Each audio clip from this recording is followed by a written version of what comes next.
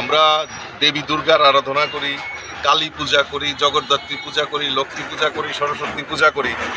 তারা সবাই আমাদের এই যে সনাতন ধর্মের পরম্পরা, সেখানে মহিলাদের পূজনীয় স্থান মানে সমাজের উচ্চ স্থানে মহিলাদের রাখা হয়েছে।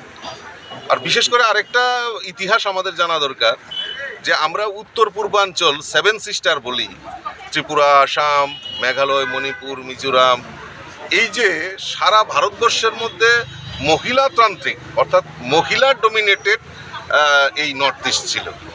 এখনও আপনার মেঘালয়ে যদি যান, আপনি মেঘালয়ে গেলে মহিলাদের নামে কিন্তু জমি কিনতে হবে, পুরুষদের নামে কিন্তু সেখানে নেই।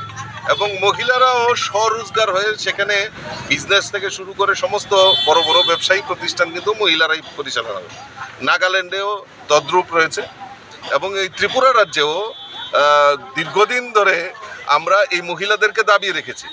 কিন্তু এখন মহিলা আত্মনির্ভর এবং আমাদের প্রধানমন্ত্রীর যে স্লোগান মহিলাদের আত্মনির্ভর করা, মহিলাদের সুরক্ষা দেওয়া, আমাদের সরকার সেই ব্যাপারেই ডাবল ইঞ্জিনের সরকার মহিলাদের সুরক্ষা, মহিলাদের আত্মনির্ভর করার দিকে এগিয়ে যাচ্ছে।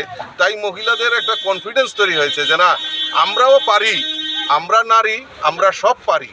তো সেই স্লোগানকে সামনে রেখে মহিলারাও পার্টিসিপেশন করছেন আজকে পূজাগুলিতে। এটাই আমাদের কাছে সবচেয়ে বড় অ্যাচিভমেন্ট। এবং ক্লাবের সভাপতি বা পূজা কমিটির সেক্রেটারি তারাও এখানে আছেন, এলাকার বিশিষ্টজনেরা এখানে উপস্থিত আছেন। লাল বাহাদুর ক্লাব শুধু পূজা নয়, বিভিন্ন সামাজিক কর্মসূচি হোক, খেলাধুলা হোক, এই ক্লাব এবং উল্লেখযোগ্য ভূমিকা এবং এই সমাজের প্রতি দায়বদ্ধতা রেখে ওনারা দায়িত্ব পালন করেন।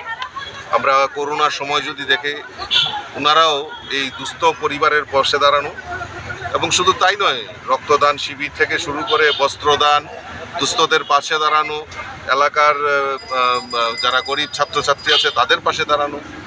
তো এইসবের মাধ্যমে এই ক্লাবের উন্নয়ন এবং ক্লাবকে এগিয়ে নিয়ে যাচ্ছেন। আমি ক্লাবের সমস্ত যারা সদস্যা এবং ক্লাব কমিটিতে যারা আছে তাদেরকে অসংখ্য ধন্যবাদ জানাচ্ছি এবং আগামী পূজার দিনগুলি যাতে নির্বিঘ্নে সম্পন্ন হয় মায়ের কাছে সেটা প্রার্থনা করছি। নৈবনবলীপুরে সবচেয়ে উল্লেখযোগ্য যে মহিলাদের উপস্থিতি